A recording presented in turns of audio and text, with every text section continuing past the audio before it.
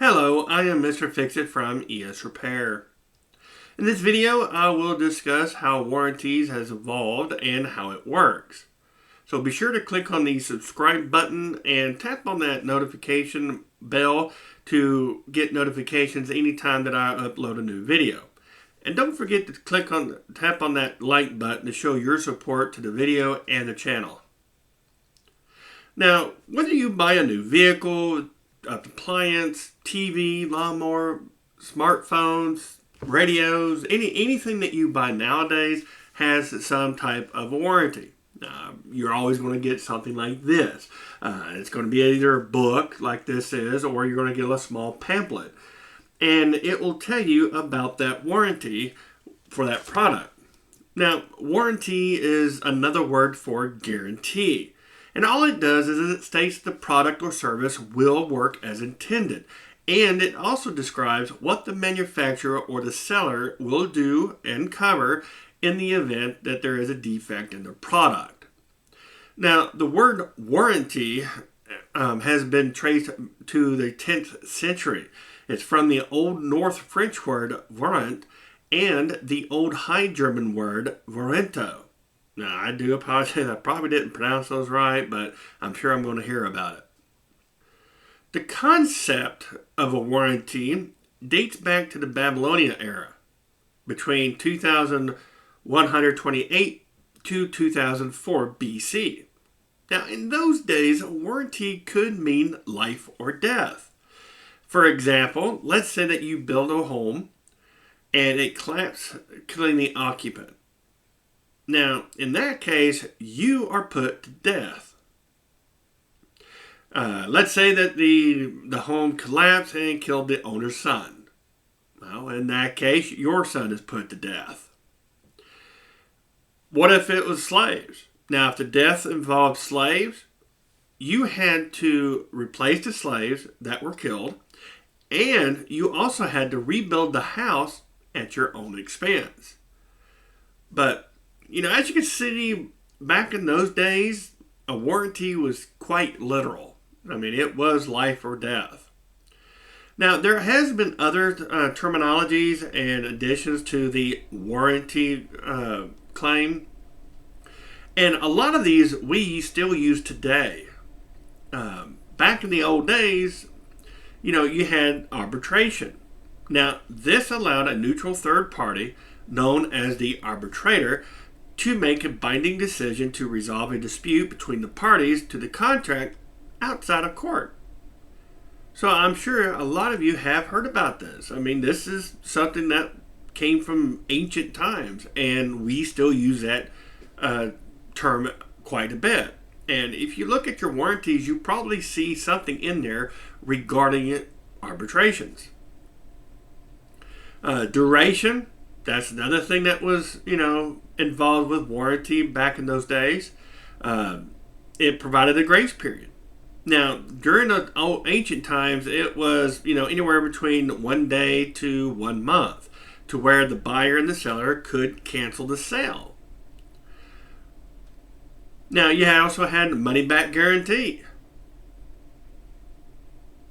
And this also is something we hear often during our time today.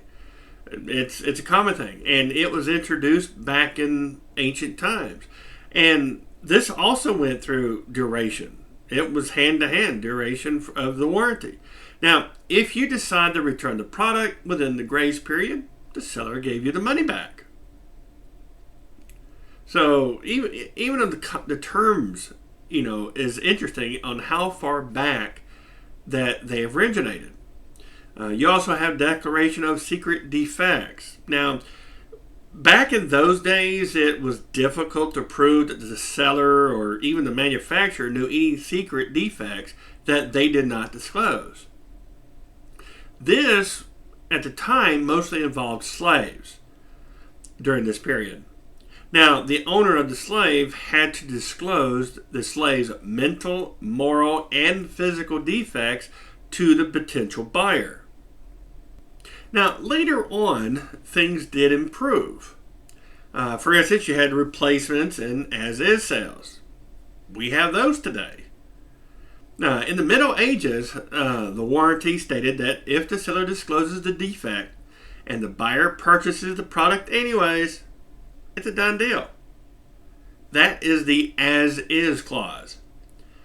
Because you're basically telling the buyer that, these are all the defects, these are all the problems, but I'm not giving you any guarantees. It's being sold as is. And that's where the concept comes from. Now, if, however, neither the seller nor the buyer knew about the defect, the seller had to replace or refund the buyer's money. But what if the seller knew about the defect and chose not to disclose it to the buyer? In this case, the seller was forced to make good on the purchase and accept punishment for fraud. Now, another thing that came up with warranties in the Middle Ages is, the seller had to guarantee that their product was not altered in any form or fashion that would hide defects. You couldn't disguise it to make it look like a higher quality. For instance, you couldn't take something apart, repaint, give it a new paint job, put it back together, and claim it as new. You couldn't deceive the buyers. You also have the implied warranty. Now, this also came out later on, and this warranty was often used on land and property transactions. Now, at the time, it was to guarantee that the property that you're buying has no debt or any kind of claims against the land or the property.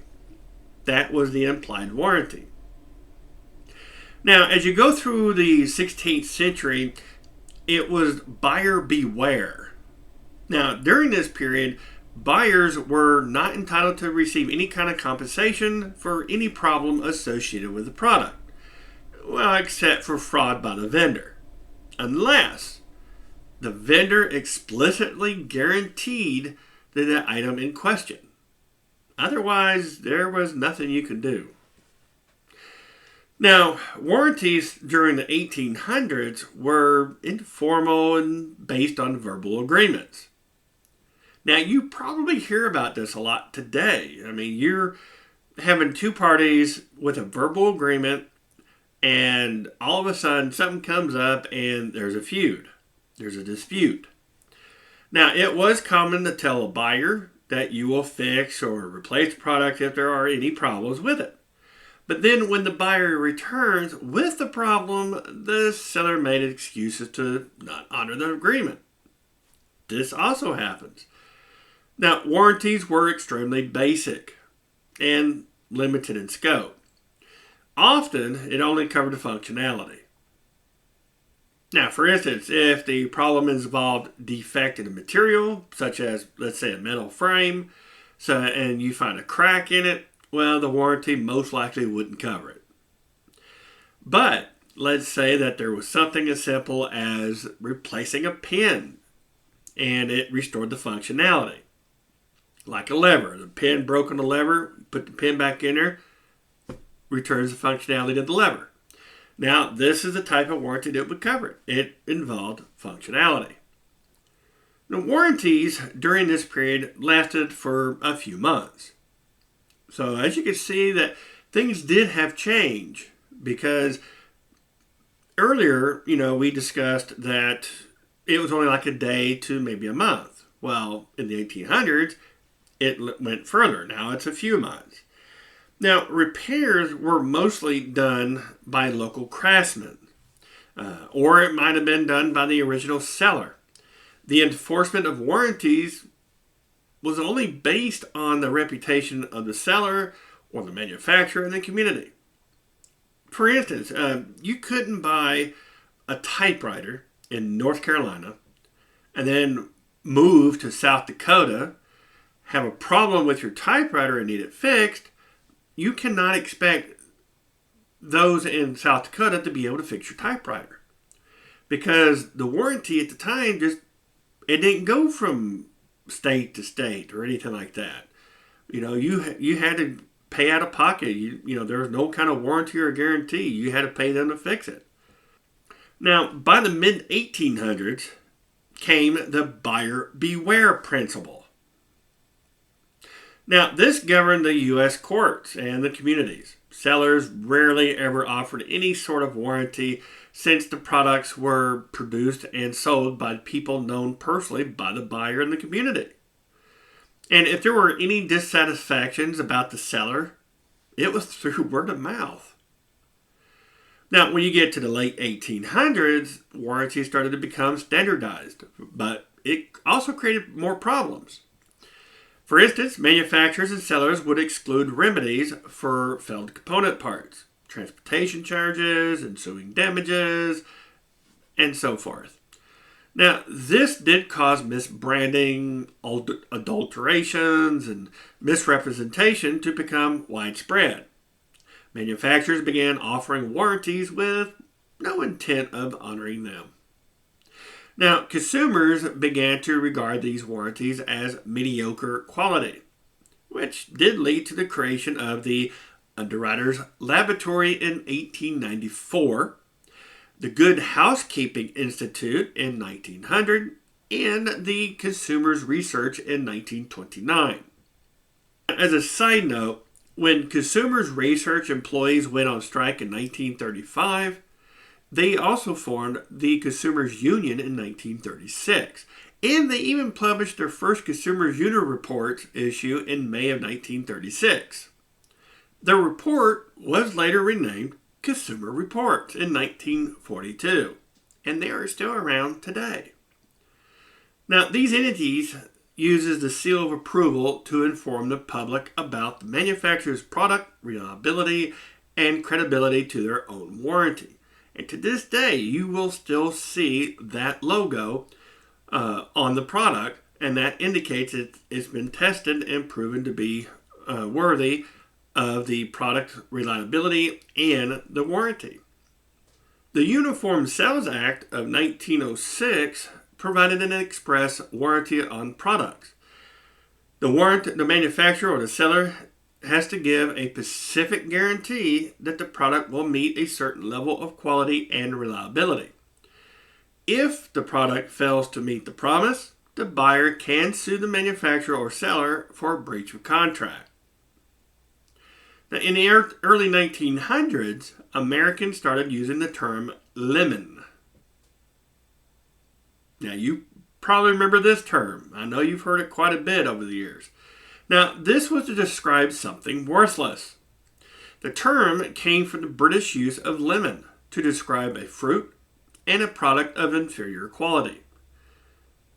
Now, as a side note, lemon was first used to describe the 1961 Volkswagen in an advertisement.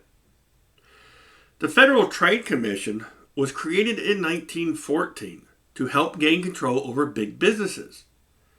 Now, they set the rules governing the sale of goods and encouraged all the states to adopt them to achieve consistency.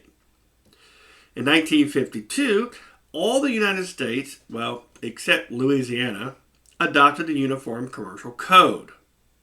Now, Louisiana eventually adopts the UCC 38 years later.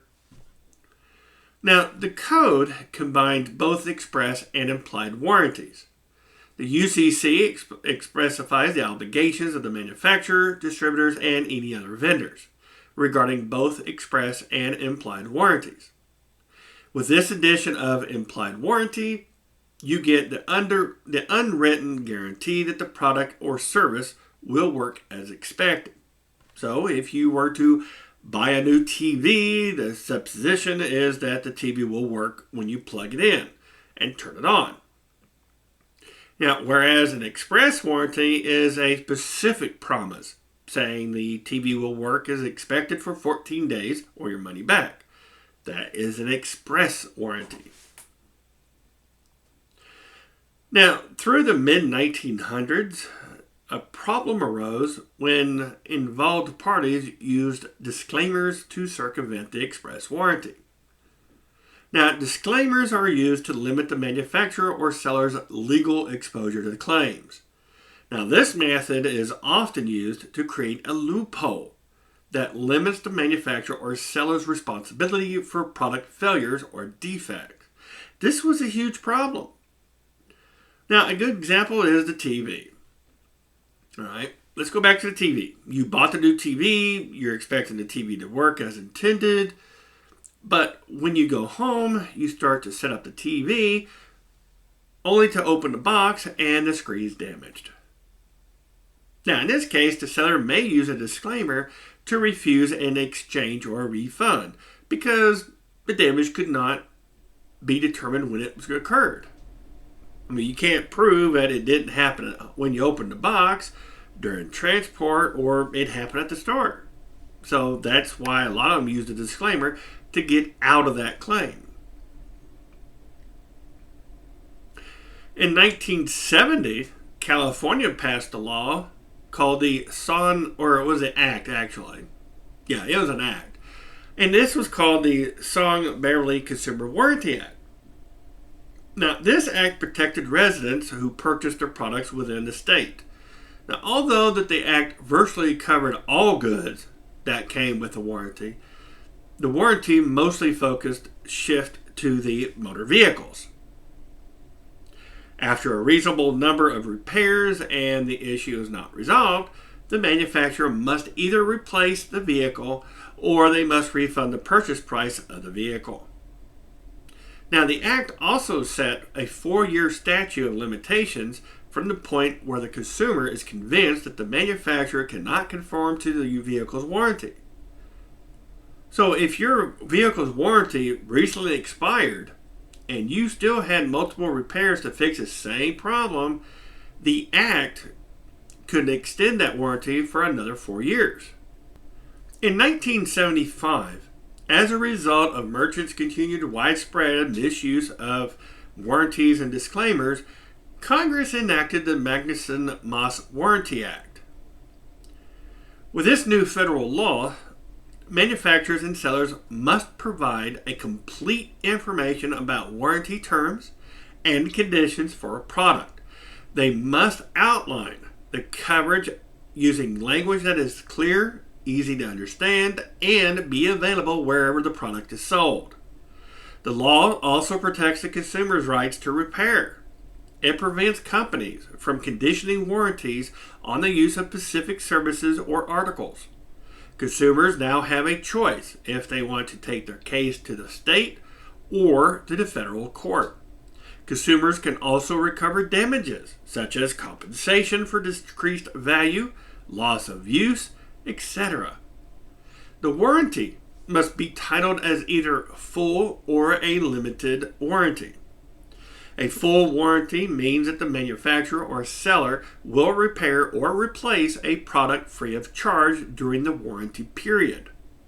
A warranty may also contain both. For example, you may get a full warranty for the first year, then it changes to limited for the remainder of the warranty period. A warranty must also specify the name and address of the company providing the warranty, the covered product or parts, and what the warranty entails. For instance, like replacements, repairs, complete refunds, and whether the customer must pay for shipping or other costs. The length of time the warranty covers, the product from the date of purchase, what the warranty does not cover, such as damage caused by improper or illegal use, information about any dispute resolution procedures that may be necessary in certain cases, such as arbitration. And it must also include the concise information about the consumer's legal rights. In 1980, the Administrative Procedure Act made it apparent how the FTC had exceeded its congressional intent with its new authority. Therefore, Congress ratified additional steps that the FTC must take to prevent issuing of excessive rules. The FTC must publish an advance notice of proposed rulemaking to obtain public feedback prior to publishing a proposed rule. The FTC must submit the proposal to its oversight committee in Congress, at least 30 days prior to publishing the proposed rule.